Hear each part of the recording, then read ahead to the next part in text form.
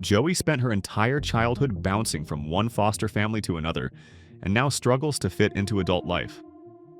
Her only friend, Craig, is just as lost as she is, a jobless gay man living off his parents' money, whom he openly despises. One day, Joey meets the handsome Brian, who turns out to be an alien. According to him, he has come to Earth to save the planet. Sex with him is so extraordinary that Joey can't forget it, and even though Brian hurts her at one point in his obsession, she keeps coming back, because a single touch from him brings her an otherworldly sense of peace. Every generation has its grievances with those that came before and after.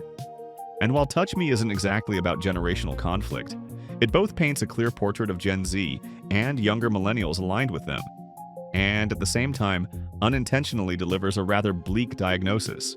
Writer-director Addison Heimann tells the story of two maladjusted young people whose trauma prevents them from loving, forming friendships, and living in general.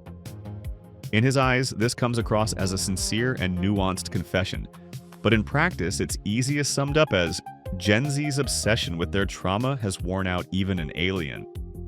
There is certainly irony in Touch Me, plenty of it, and at times quite elegant, but it comes with a certain duality. This generation has no trouble being ironic about the situation as a whole, yet struggles with self-irony and has a whole range of triggers that are best not even breathed on to avoid setting something off. It gets to the point where, toward the finale, the characters seriously start comparing traumas, arguing over who was abused more often as a child. Of course, child abuse is an extremely serious subject and not something to joke about. The problem, however, is that for the two protagonists of Touch Me, their trauma is all they have. It completely defines them. Joey works sporadically, Craig doesn't work at all. They have no long-term goals, no dreams, only a desire to escape, to numb themselves, to stop stewing in their own pain. And this is despite the fact that, unlike previous generations, Gen Z has access to a full toolkit for processing these issues, and actively uses it.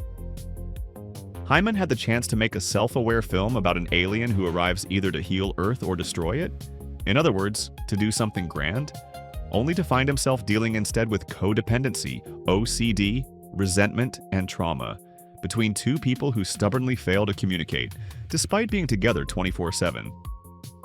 But the meta layer is either something he doesn't see or deliberately ignores. The result is a strange situation where there's a lot happening on screen, but no unifying idea. There's a self-absorbed alien reveling in his power over humans.